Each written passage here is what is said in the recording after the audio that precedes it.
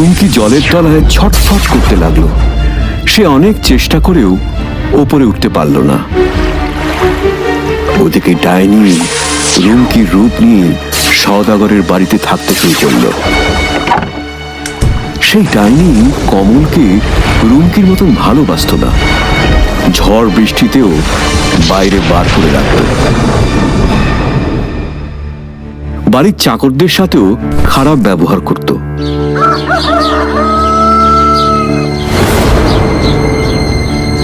এমনই একদিন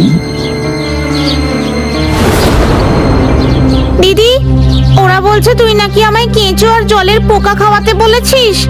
আমি কি সত্যি পাতি হাঁস নাকি? তবে হতচ্ছাড়া, তোর এত বড় সাহস! দাঁড়া, দেখাচ্ছি মজা তোকে। দিদি, কেন মারছিস? আর বলবি? বল আর বলবি? খুব বেড়েছিস না? দেখ মজা এবার। দিদি, দিদি, ছেড়ে দে আমায়, আর মারিস না। কি, ওকে মারছো কেন মা? ও কি করেছে? আমি যা খুশি করি, তুই কে বলার? যা যা এখান থেকে। এ আমার দিদি না, এ কখনো আমার দিদি হতে পারে না। দিদি আমাকে কত ভালোবাসতো, আরে সারাক্ষণ আমায় মারে। আমার মনে হয় এ নিশ্চয়ই কোনো শয়তান ডাইনি। পাতিহাঁসের এই কথাটা ডাইনির কানে যায়। কি এত বড় কথা? আমাকে শয়তান বলছে? না, আমি ওকে ছাড়বো না। ওকে এবার মরতেই হবে।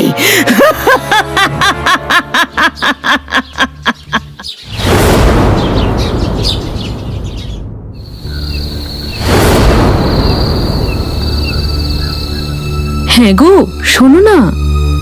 বলো, কি বলবে? এই পাতিহাঁসটা কোনো কাজের না।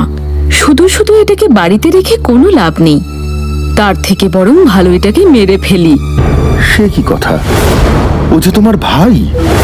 ধুর না, আসলে আমার কোনো ভাই ছিল না, তাই ওই পাতিহাঁসকে আমি ভাইয়ের মতো ভালোবাসতাম। ও, এই ব্যাপার। সে না হয় বুঝলাম, কিন্তু এখন কোনো কাজে লাগে না বলে একে মেরে ফেলার তো কোনো মানে হয় না। তার থেকে বরং যতদিন বাঁচে বাঁচুক না, বয়স হলে তো এমনিতেই মরে যাবে। ঠিক আছে, তুমি যা বলছো তাই হবে। এ যাত্রায় বাছাধন, তুমি ছাড়া পেয়ে গেলে। তবে বেশি দিন বাঁচিয়ে রাখা ঠিক হবে না, না হলে আমি ধরা পড়ে যাব আর আমার সুখের দিন শেষ হয়ে যাবে। না না, যে কোনো উপায়ে ওকে মারতেই হবে। কি এতটুকু দুধ দিয়েছো কেন? কি আর করব, তোমায় তো আগেই বলেছিলাম পাতিহাঁসটা বয়স বাড়ার সঙ্গে সঙ্গে ও খুব শয়তান হয়ে গেছে। ও আজ সব দুধ খেয়ে নিয়েছে। না, তুমি দেখছি ঠিকই বলেছিলে। এটাকে আর বাঁচিয়ে রেখে লাভ নেই। দাঁড়াও তো, কালই একটা ব্যবস্থা করছি।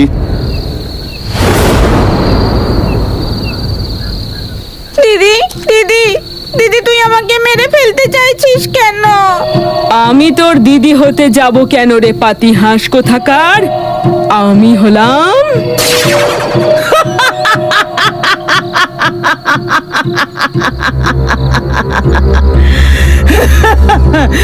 তোর দিদিকে তো আমি নদীর তলায় বন্দি করে ফেলেছি। তুমি কে? কেন আমার দিদিকে নদীর তলায় বন্দি করে রেখেছো? কারণ তোর মা বাবার জন্য আমি জীবনে অনেক কষ্ট ভোগ করেছি। ওরা অন্যায়ভাবে আমার একমাত্র শেষ সম্বল 1 বিঘা জমি আমার কাছ থেকে কেড়ে নিয়েছিল। অনাহারে রোগে ভুগে আমার মৃত্যু হয়। তারপরে আমি ডাইনি হয়ে যাই।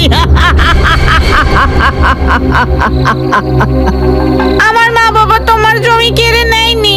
জমিদার বাবুই তোমার জমিটা আমার মা বাবাকে দিয়েছিলেন। কিন্তু তার জন্য তুমি আমাদের ভাই বোনকে কেন মারতে চাও? আমরা তো তোমার কোনো ক্ষতি করিনি।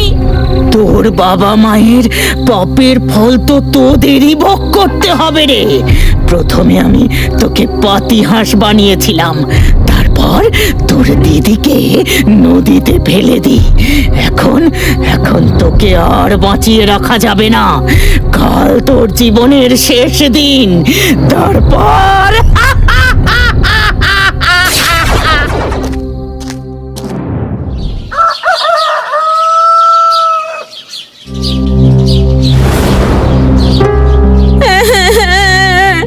মরার আগে আমার শেষ ইচ্ছেটা পূরণ করবেন। ঠিক আছে, বলো তোমার শেষ ইচ্ছে কি? আমার আমার শেষ ইচ্ছে হলো মরার আগে আমি নদীতে একবার স্নান করতে চাই। ঠিক আছে, যাও, তোমার শেষ ইচ্ছে পূরণ করো। দিদি, দিদি, তুই কোথায়? কোথায় তুই?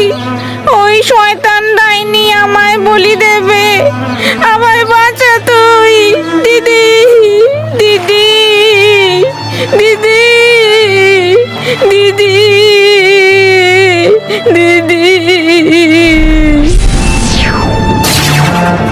ভাই, ভারী পাথরে দড়ি দিয়ে বাঁধা আমি।